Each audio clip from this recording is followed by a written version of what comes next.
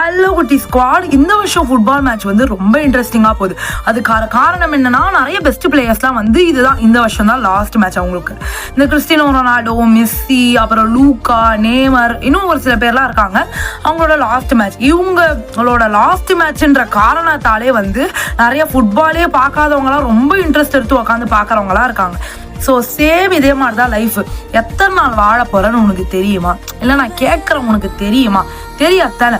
இதனால நிறைய ஈகோனாலேயோ இருக்கட்டும், இல்லை கிரிஞ்சு சண்டைகள்னால உனக்கு ரொம்ப பிடிச்ச ஒரு பர்சன் கூட குட்டியாக பேசாமல் இருந்திருப்பேன். அப்படியே அந்த டிஸ்டன்ஸ் வந்து ரொம்ப லாங் ஆகிடும்.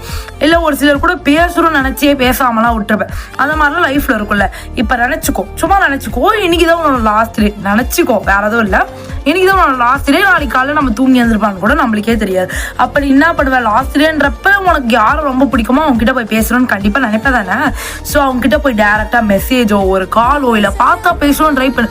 இல்லை இது என்னால் எதுவுமே முடியாதுன்னு நினச்சா கமெண்ட் பாக்ஸ் ஒன்று இந்த ரீலுக்கு சைடில் ஒட்டின்னு இருக்கும்ல, அதில் போய் அவங்கள டேக் பண்ணிட்டு என்ன சொல்லணும்னு நினைக்கிறியோ சொல்லிட்டு அதை பார்த்து உங்களுக்கு ரிப்ளை பண்ணி உங்கள் பாண்டு கொஞ்சம் திக்காகட்டும் நானும் ப்ரே பண்ணிக்கிறேன். இதுக்கப்புறமாச்சு இந்த கிரிஞ்சு சண்டெல்லாம் போட்டு பேசாமல் இருக்கிறது, பேசணும்னு நினச்சி பேசாமல் அப்படியே டீலில் விட்டு போகிறதா வச்சுக்காத.